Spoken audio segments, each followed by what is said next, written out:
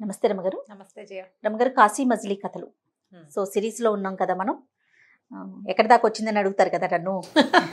నీకు గుర్తుందో లేదో తెలియాలి కదా నాకు. ఖచ్చితంగా అండి. ఎందుకంటే మళ్ళీ రోజు మీది స్టోరీ అయిపోయినాక నాకు ఇంట్లో ఉంటుంది కదా. అదే కళావతి భర్తని పొడిచేసింది. ఆయన శ్రీకృష్ణదేవరాయలు అనుకొని ఒక ప్రతిమని పెడితే ఆ ప్రతిమని పొడిచింది ఆవిడ. ఆ తర్వాత ప్రతిమను పొడిచేసరికి ఆ ప్రతిమ లోపల ఎర్ర రంగు నింపారు. అట్లా మొహం మీద పడింది. మొహం మీద పడేసరికి అలా అటు ఇటు చూడలేదు. ఇప్పుడు మన మొహం మీద ఏమైనా పడితే ఏం చేస్తాం మనం?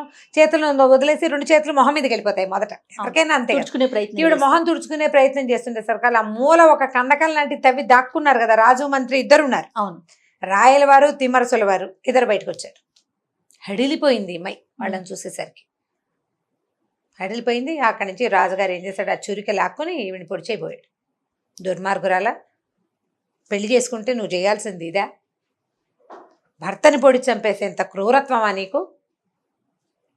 దీనికోసమైనా 2 ఏళ్ల నుంచి వచ్చి నన్ను తీసుకెళ్ళు అని అడిగేవు అన్నాడు. అనేసరికల్లా ఆవిడేమంది, నన్ను క్షమించండి, అసలు ఈ పరిస్థితికి కారణం మీరు కాదు,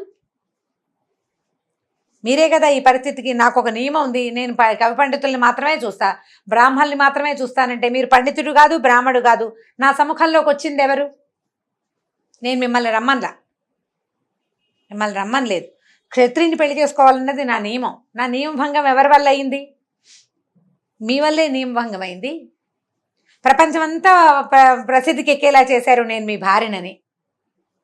ఈ 2 ఏళ్లలో నాకు కక్షగా ఉండదా? రాచపడుచుని నా పగ తీర్చుకోవాలని ఉండటం సహజమైంది కాదా? నేనేదో పాఠక జనంలాగా ఏదైతే అదైందని ఎందుకు సర్దుకుంటాను? ఒక రాజ్యానికి రాజకుమార్తెని, క్షత్రియ కన్యని. నన్ను ఈ దశకి రెచ్చగొట్టింది మీరే కదా అనేసరికల్లా తిమ్మరసు ఆయనకు అర్థమైంది. నిజమే, నిజం. అమ్మాయి ఇప్పుడు క్షణికమైన ఉద్రేకం ఎవరికైనా ఉంటుంది. మంటగా ఉంది ఆవిడికి. అమ్మాయి వచ్చాక కూడా 2 నెలల పాటు బయటే పెట్టారు, మొహం కూడా చూపించకుండా. పగ తీర్చేసుకోవాలని అనిపిస్తుంది. ఇప్పుడు అమ్మాయితో మాట్లాడి చేస్తుంటే మెత్తబడిపోయేదేమో, అలా చేయలేదు. అవును అనేసి అక్కడి నుంచి ఏం చేసింది, కాళ్ళు పట్టుకుని దుఃఖించింది. ఆయన కొంచెం రాయల వారిని కాస్త స్వాంతం పరిచాడు. ఆగు తొందరపడకు, ఆవిడ పూర్తి వెర్షన్ విన్నాను. ఇప్పుడు వాళ్ళు చంపేద్దామని ఎంత ఇదిగా ఉందో, ఎంత కోరికగా ఉందో. భర్తను సేవించుకోవాలని నాకు కూడా ఉంటుంది. ఒక కన్నెపడుచు పెళ్ళయింది, వివాహం అయింది, వివాహితగా ఉండి ఓ రాజ్యానికి రాణినయ్యి, ఓ భర్తకి భార్యగా ఉండి, ఓ సంతానానికి తల్లి అయ్యి రాజమాతను అవ్వాలని నాకు మాత్రం ఉండదు. స్త్రీ సహజమైన వాంఛలు నాకు ఉంటాయి కదా. నా నియమభంగం చేసింది మీరు. పగ తీర్చుకునే అవకాశం వచ్చింది కాబట్టి తీర్చుకునే ప్రయత్నం చేశాను. మీరు నన్ను ఇంకో రకంగా లాలించుంటే నేను అలాగే ఉండేదాన్ని అనేసరికి ఇక తిమ్మరసు, అమ్మాయి క్యారెక్టర్లో ఇదేం లేదు రాజా, ఆవిడ పాయింట్, ఆవిడ వెర్షన్ వరకు ఆవిడ కరెక్టే, క్షమించు అని చెప్పి రాయల వారి ఇంటికి భార్యది చేతులు కలిపి మీరు ఇద్దరు సంతోషంగా ఉండండి, ఈ పగ ప్రతీకారం మర్చిపోండి అని ఒకళ్ళనొకళ్ళకి మొత్తానికి సర్ది చెప్పారు. ఆ తర్వాత ఈవిడ కళావతి గారు రాజుగారి భార్యగా చెలామణి అయింది. తర్వాత కాలంలో సెటిల్ అయిపోయింది. ఆవిడే రాణి, ఆవిడే మొదటి భార్య. శ్రీకృష్ణ అడ్జస్ట్ అయిపోయింది, పగ తీర్చుకుంది. ఇప్పుడు ఈ కథ మనకి హిస్టరీలో ఉన్నదేనా అని మాత్రం మీరు అడగద్దమ్మా నన్ను, ఎందుకంటే ఇది కాశీ మజిలీలో ఉంది. రాయల గారి వారి భార్యల పేరు తిరుమలదేవి, చిన్నాదేవి అని 2 పేర్లు వింటుంటాం మనం చాలా సినిమాల్లో కూడా అలాంటివే చూసాం.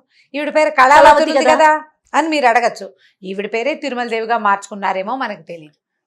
కాశీ మజిలీలో మీకు దొరికిన కథ ఇది అయితే, ఇది అందులో ఉంది. ఇది అక్కడి నుంచి ఏం చేశారు రాయల వారు, ఈ ప్రతిమ ఈ మధ్యలో గుండెల దగ్గర పొడిచేసి కంతపడిపోయి రక్తంలాగా వచ్చేసింది కదా, ఆ ప్రతిమని ఎవరైతే ఈ ప్రతిమని తయారు చేశాడో ఆ కళాదుడికే ఇచ్చి ఆ ప్రతిమని రిపేర్ చేయమంటే అతను ఏం చేశాడు, ఆ చిల్లుబడిన చోట చక్కగా మళ్ళీ పుచ్చేసి యథాతథంగా ప్రతిమని తయారు చేశాడు. రాయల వారు మళ్ళీ రిపేర్ చేయబడిన ఆ ప్రతిమని చూసి ఒక చోట ప్రతిష్ఠించి చక్కగా నిత్యం ఉత్సవాలు అవి జరుపుతూ ఉండండి. నన్నే అంటే నా ప్రతిమగా, రాజుగారి ప్రతిమకి చేసే ఉత్సవాలు ఎలాగుంటాయో, రోజు గంధం రాస్తారు, దండలు వేస్తారు, ఓసారి అని ఏదైనా కొత్త విషయం తెలితే రాజుకు నివేదిస్తారు. అలా చేయడానికి కొన్ని అగ్రహారాలని ఈ కళాదుడికి ఇచ్చాడట. నువ్వు వెళ్ళి చూసిన విగ్రహం అది. ఓకే, రాయల వారి కోసం లాగానే ఉన్న విగ్రహాన్ని తయారు చేయించింది తిమ్మరసుల వారి అయినా ఆయన స్నేహితుడైన కళాదుడి దగ్గర ఆ విగ్రహం ఉంది. అదొక హాల్ లాంటి దాంట్లో ప్రతిష్ఠ చేయబడి ఉంది. మనం ఆ ఊళ్ళో ఉన్నాం కాబట్టి నువ్వు ఆ విగ్రహాన్ని చూసావు అని చెప్పాడు. చెప్పేసరికి సంతోషించాడు గోపుడు. అబ్బాబ్బా ఎంత మంచి కథ చెప్పారు, సరే వెళ్దాం పదండి అన్నాడు. తర్వాత మజిలీకి చేరారు. అయితే తర్వాత మజిలీలో పొలాల్లో వీడు ఒక పెద్ద పుర్రెని చూసేట. ఎవరు గోపుడు అండి? గోపుడు పుర్రె పెద్దది, చాలా పెద్దది. మామూలుగా మనుషుల పుర్రె ఎంత ఉంటుంది? చిన్నది ఉంటుంది కదా. ఎంత ఉంది? ఇంత పుర్రె ఉంది, కానీ చర్మం మాంసం ఏమీ లేవు. దాని తాలూకు మిగిలిన కళేబరపు అవశేషాలు ఏం లేవు, పుర్రె మాత్రమే ఉంది. ఆ పుర్రెని చూడంగానే ఇతను ఏం చేశాడు, మళ్ళీ వచ్చాడు గురువుగారి దగ్గరికి. అక్కడ ఒక పెద్ద పుర్రె ఉందండి, దాని సంగతి చెప్పండి ఏమిటో.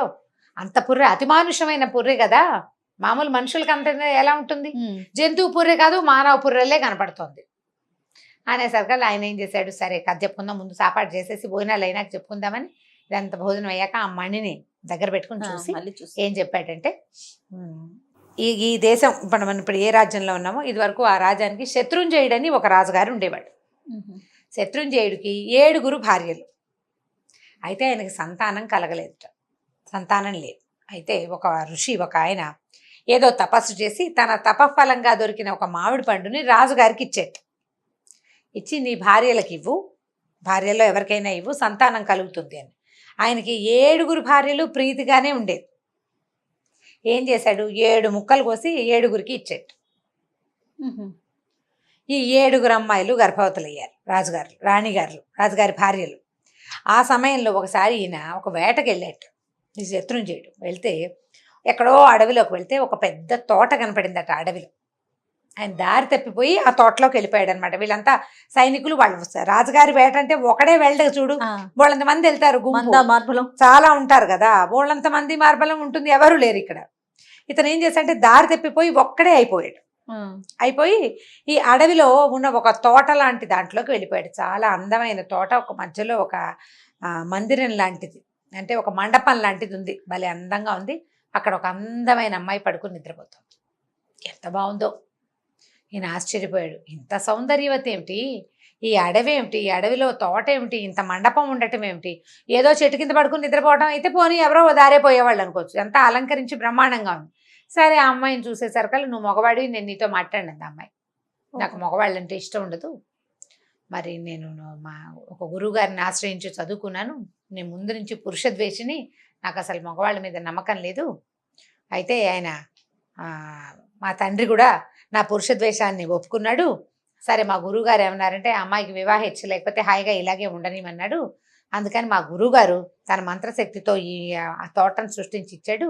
నేను ఇంక ఈ మగవాళ్ళు వాళ్ళు వీళ్ళు వాళ్ళ మధ్య నేను ఉండను, అందరు వివాహం చేసుకోమంటున్నారని నేను ఎప్పుడు వచ్చి ఈ తోటలో ఒక్కదాన్నే ఏకాంతంగా ఉంటూ ఉంటానని చెప్పి. రాజుకి ఆ అమ్మాయి మీద విపరీతమైన వ్యామోహం కలిగింది. సరే ఆ అమ్మాయికి ఏం చెప్పాడంటే, నేను అందరిలాంటి వాడిని గాను, నేను అది నేను ఇది ఏదో చెప్పుకున్నాడు. కాసేపు అయ్యాక ఆ అమ్మాయి కూడా ఈయన వల్ల పడ్డట్టుగా అయిపోయి, అంటే ఏమైంది, మెస్మరైజ్ అయ్యింది అనమాట. సరే రాజుని, నువ్వు చాలా సాత్వికుడుగా ఉన్నావు, నువ్వు ఎంతో మంచివాడిగా ఉన్నావు, ఇంకొకటి మగవాడైతే ఈ పాటికి ఎంతో అడ్వాంటేజ్ తీసుకునేవాడు, నువ్వు అలా దుష్ప్రవర్తన లేదు, నువ్వు బంగారు కొండవంది అనేసరికి సరే అయితే నన్ను పెళ్లి చేసుకోమన్నాడు. దుష్ప్రవర్తన లేని మగవాళ్ళ కోసం వెతికి వేసారిపోయిన ఆ అమ్మాయి ఈయన చాలా సత్ప్రవర్తన గలవాడని ఆల్రెడీ 7 పెళ్ళాలు కడుపుతో ఉన్న భార్యామణులు ఉన్నవాడిని పెళ్లి చేసుకుంది. 8వ ఆవిడిగా ఆవిడ్ని తీసుకొచ్చాడు ఇంటికి. తీసుకొస్తే రాణిగారులు అందరూ, మనం 7 ఉన్నాం, 7తో పాటు ఇంకోటి 8, 7 1 అనుకుని ఊడుకున్నారు. 6 1 కాకుండా 7 1 అనమాట. ఊరుకునేసరికల్లా ఏమైంది, ఈ వచ్చిన అందగత్తె నిజానికి అందగత్తె కాదు, అదొక బ్రహ్మరాక్షసి. ఇట్లా ఏదైనా రాజాశ్రయం పొంది హాయిగా మాంసభక్షణకి అవకాశం ఉంటుందని ఇక్కడ చేరింది. సరే రాణిగారు అనేసరికి ఆవిడకు అంతఃపురం, కొంతమంది చేలికత్తెలు, కొంత పరివారం, గందరగోళంగా బోళ్ళని రకాల పిండి వంటలు, బోళ్ళంత ఆహారం, ఏ పండు కోరితే కోరిన పండు, కోరిన తిండి, దాని పంటి కింద కూడా వచ్చేది కాదు. మరి రాక్షసి కదా, రాక్షసి. దానికి ఏమో మనం బాగా మాంసాహారం కావాలి. మామూలు కోళ్ళు, జనాలు సాధారణ ప్రజలు తినే మాంసాహారం దానికి పనికిరాదు, పచ్చి మాంసం వండేది తిందది. అక్కడి నుంచి ఏం చేసేది, రాత్రిపూట వెళ్ళి ఏం చేసేది, అశ్వశాలలోంచి ఓ అశ్వాన్ని విరుచు తినేసి తింటంగా. తెల్లారేసరికి గుర్రం కనపడదు, వెతుక్కునేవాళ్ళు. గుర్రాలైనవి, ఒంటెలు, ఏనుగులు అలా తినేస్తుంది. ఏదో జరుగుతుందని రాజుకు తెలిసింది, వెతుక్కున్నారు, చూశారు, బ్రహ్మరాక్షసి ఎవరో తినేస్తుంది అనుకున్నారు. ఈ రాణులు బాగా 9వ నెల వచ్చేసింది వీళ్ళందరికీ.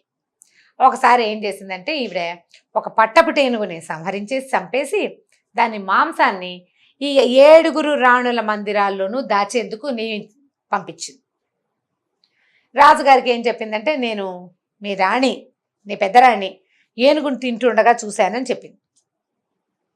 చీచి వాళ్ళు అట్లాంటి వాళ్ళు కాదన్నాడు. నేను స్వయంగా చూశాను, నేను అబద్ధం ఆడతానా అని రాజుగారిని చేసింది. రాజుగారు ఏమనుకున్నాడంటే, సరే టెస్ట్ అది చూస్తే సరిపోతుంది కదా. అక్కడి నుంచి అంతఃపురాల్లో సెర్చింగ్ చేశారు. చేసేసరికల్లా పెద్దరాణి మా అంతఃపురంలో ఉంది. వరుసగా 7 రాణుల మందిరాల్లోనూ ఏనుగు మాంసం దొరికింది. దొరికేసరికల్లా వీళ్ళు రాక్షసులు, వీళ్ళే ఇన్ని నెలలుగా 8 సంవత్సరాలుగా ఇక్కడే ఉంటూ ఎన్నిటిని తినేశారో, ఎంతమందిని తినేశారో, కాబట్టి వీళ్ళని అడవిలో వదిలిపెట్టేసి అని చెప్పింది. గుడ్లు పీకేసి కళ్ళు తీసేసి 7 రాణులకి కళ్ళు తీసేసి, గుడ్డి వాళ్ళని గర్భిణులు కాబట్టి చంపకూడదు, ఓకే, అడవిలో వదిలిపెట్టేయమంది. ఈయన ఒప్పుకున్నాడు. ఎందుకంటే పట్టపటేనుగుని విరుచుకు తిన్నవాళ్ళు రేపొద్దున తన్ని విరుచుకు తినరు, తన్నైనా విరుచుకు తింటారు. ఇది ఆలోచించి రాజుగారు ఏం చేశాడు, 7 రాణుల్ని నిర్దాక్షిణ్యంగా పంపించేశాడు బయటికి. సాక్ష్యం దొరికింది, అలాంటి దొరికింది. ఆయన మాత్రం ఏం చేస్తాడు? సరే ఏం చేశారు, 7 కళ్ళు తీసేశారు. 7 కళ్ళని 7 రళ్ళు 14 కళ్ళని ఒక పెట్టెలో పెట్టి గుర్తుకి రాణి గారికి చూపించారు, చిన్న రాణి గారికి. ఈవిడ దాచుకుంది వస్తువు. ఆ బాక్సు ఏం చేస్తుందో ఎవరూ అడగలేదు, ఆవిడ దగ్గరే ఉండిపోయింది. సరే ఈ అడవిలో పడిపోయిన 7 సడన్గా కళ్ళు పోతే మతి మర్మం ఏమి తెలీదు.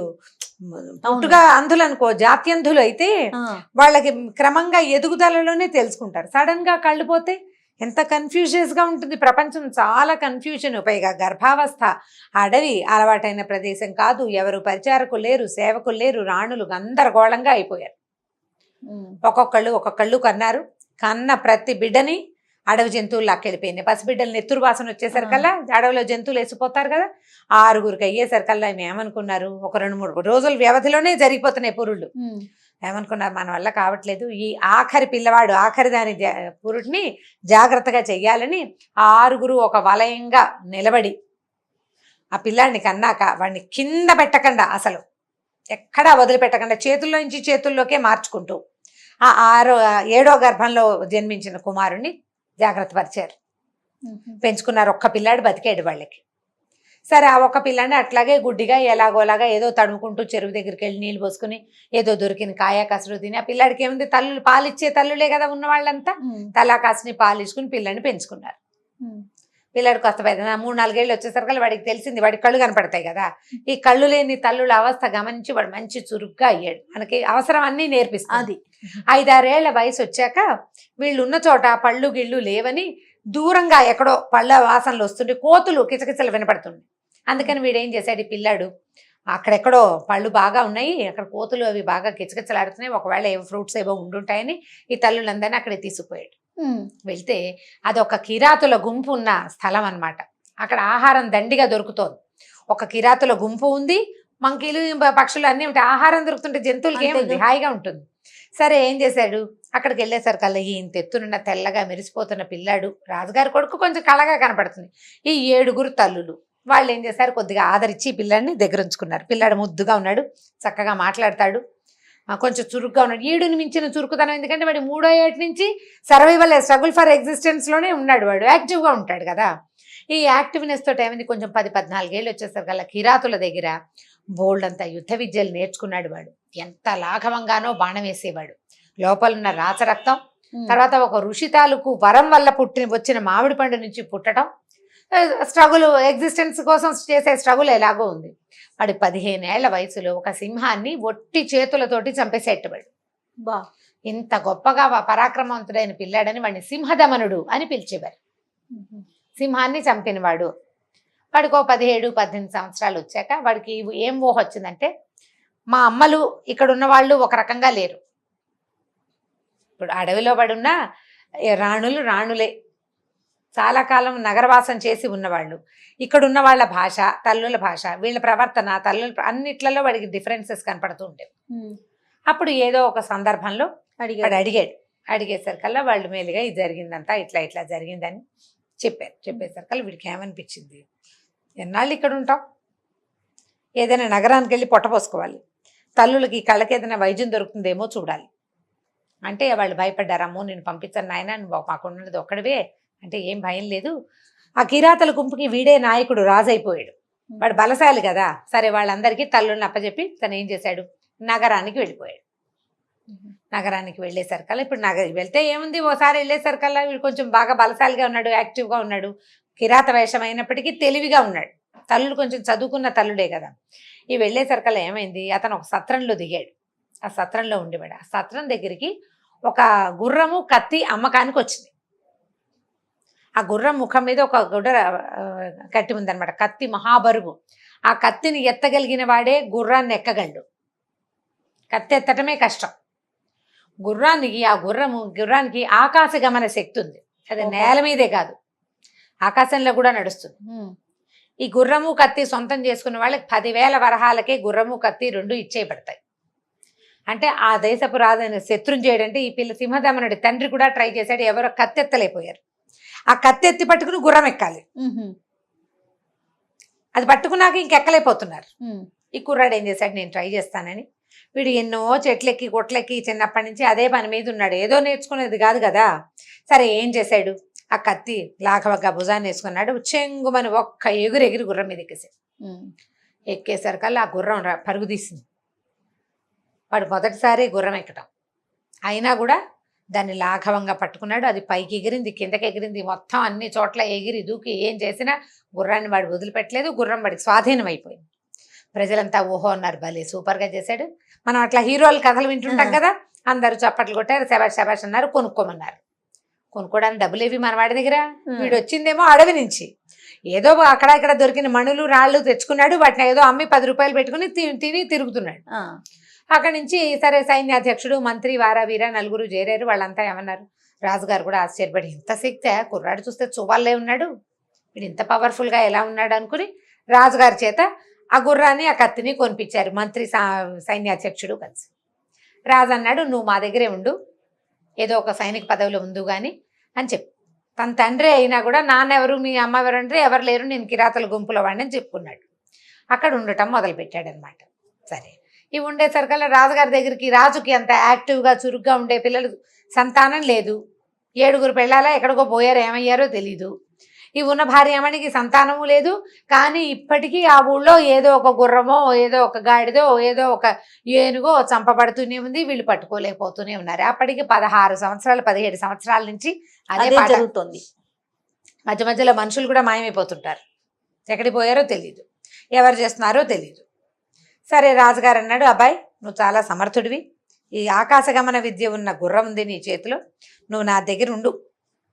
మరి సైన్యాధ్యక్షుడి పదవి కాదు కానీ 2 చిన్న అధ్యక్షుడి పదవి ఇచ్చారు.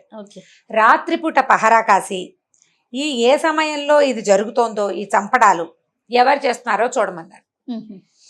కుర్రాడు మంచి యాక్టివ్గా ఉన్నాడు. వాడికి తెలుసు ఇక్కడ ఉన్నది ఈవిడ మీద అనుమానం ఉంది వాడికి. ఇప్పుడు ఈ అనుమానం మీదే కదా తన తల్లులు కళ్ళు పోగొట్టుకుని పాపం వాళ్ళు రోడ్డున అడవిలో పడిపోయారు. వీడు రాత్రిపూట పహరా తిరగటం మొదలుపెట్టాడు. ఈ చిన్నరాణి కాస్త గుటుకుమనిపోయింది. అయ్యే బాబోయ్ వీడికి దొరికిపోతానేమో నేను వెళ్ళడం మానేసింది. 3-4 నెలలు గడిచేసరికల్లా ఆహారం చాలక దానికి విసుగ్గా ఉండేది. మనుషులు చూస్తే విరుచుకు తినేసేద్దామనిపించేది. తిండి చాలటం లేదు. ఏమనుకుంది, ఇలా లాభం లేదని, ఏమండి నాకు విపరీతమైన తలనొప్పి, మన ఊళ్ళల్లో ఎక్కడా దీనికి వైద్యం ఈ మందు దొరకదు, మన దగ్గర ఒక బ్రహ్మాండమైన కుర్రాడు ఉన్నాడు కదా, వీడిని మా అక్కయ్య భ్రమరవాసిని, నాకు ఒక అక్కయ్య ఉంది, అక్కడికి పంపిద్దాం. మా అక్కయ్య దగ్గర ఒక అంజనం ఉంది, అది కంట్లో పెట్టుకుంటే ఇట్టే తలనొప్పి తగ్గిపోతుంది.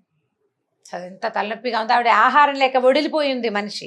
రాజుగారు ఈవిడికి తలనొప్పి అనుకున్నాడు. అక్కడి నుంచి సింహదమనుని పిలిచారు.